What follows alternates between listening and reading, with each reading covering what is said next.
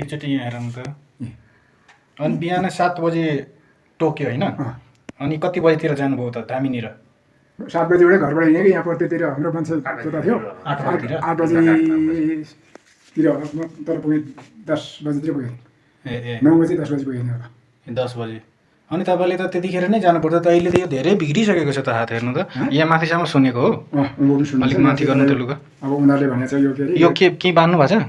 यो चाहिँ सिरो बिचरा बाटोमा बाँधेको छ। ए यो चाहिँ त्यो धामीले बाँधिदिनु भयो? पहिले मैले पनि बाँधेको थियो त्यो पिसुमा जान अरे ए यति भित्र मात्रै भन्ने भयो। अनि तर यो अलिक हरियो हरियो हुँदैछ। अघि त रातो थियो होइन? हजुर।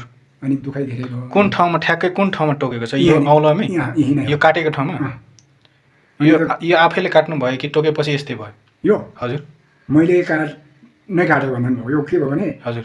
त्यो पहिले अरूले भनेर सुनेको थिएँ जति टोकेको भने त्यो टोकेको ठाउँमा काटेर तान्दै फ्याँक्दै गर्नुपर्छ भन्यो। ए मुख लिएर मुखले तानेर फाल्नु हो? तपाईँले के उहाँ धामीले? मैले नै फ्याँकेँ पहिले चाहिँ। हजुर। अनि यहाँ झन् दुख्दैछ टोकेर फ्याँक्दै गरेँ। अनि लास्टमा के भने यो सबै सुन्निएछ क्या यत्रो फोको उठेको। हजुर। अनि त्यो खुनै आउने रहेछ भनेर त्यो फोको पनि अब नगरले चाहिँ मुखले तान्न मिल्दैन नि त।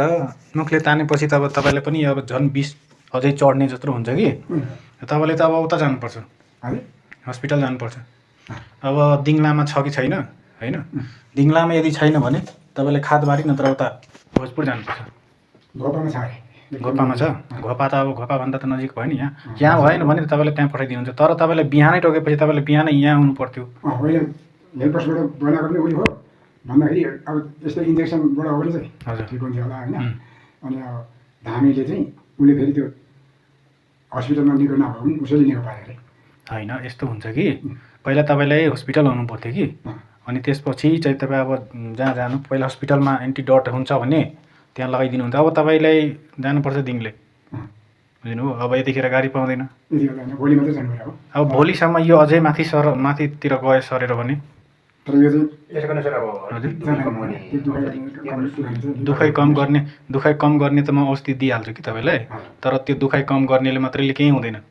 मेन कुरा जुन सर्पले टोकेको विष हुन्छ नि त्यो विष काट्ने औषधि दिनु पर्यो, बुझ्नुभयो? उसले त्यो भनेको छ कि यहाँ यस्तो पिठो पठाइदिएको छ यो लगाइरहनुपर्छ। जति पानी हुँदै अब यो पानी जुन अनि अहिले अब यो ठिक्क फ्याँक्ने बेला होइन? मैले बाटोमा 4 चोटि लगाउँदै आएँ तर अलिक अप्ठ्यारो भयो नि। अलिक समय ठाउँमा बस्दै पिठो लगाउँदा यो त तपाईँलाई पुरै खराबै बनाइदियो नि तपाईँले। सुन्नेकोले गर्दाखेरि दुख्नु त नि हड्डी नै फुट्ला जस्तो भइरहेको छ नि। अहिले यहाँ माथि फेरि कुना छ नि त।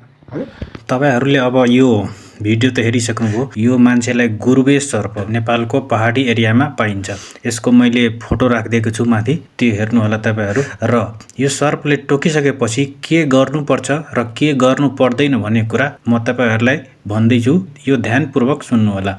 सबैभन्दा पहिला के गर्नुपर्छ भन्ने कुरा यसको 4-5 वटा पोइन्ट छ। म यो भनिदिइरहेको छु तपाईँलाई। 1 नम्बरमा तुरन्त शान्त रहनुहोस्। डरले मुटुको गति बढ्दा विष छिटो फैलिन सक्छ। 2 नम्बरमा टोकेको हात वा खुट्टा कम चलाउनुहोस्। 3 नम्बरमा गहना औँठी चुरा आदि तुरन्त निकाल्नुहोस् किनकि सुनिन सक्छ।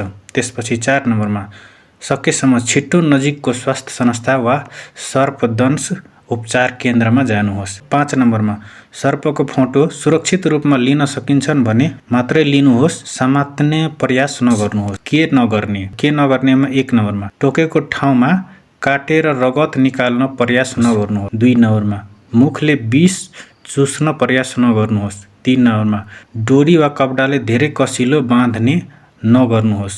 त्यसपछि 4 नम्बरमा घरेलु औषधि झारफुक वा जडीबुटीमा मात्रै भर नपर्नु। भिडियोलाई धेरैभन्दा धेरै सेयर गरिदिनु होला।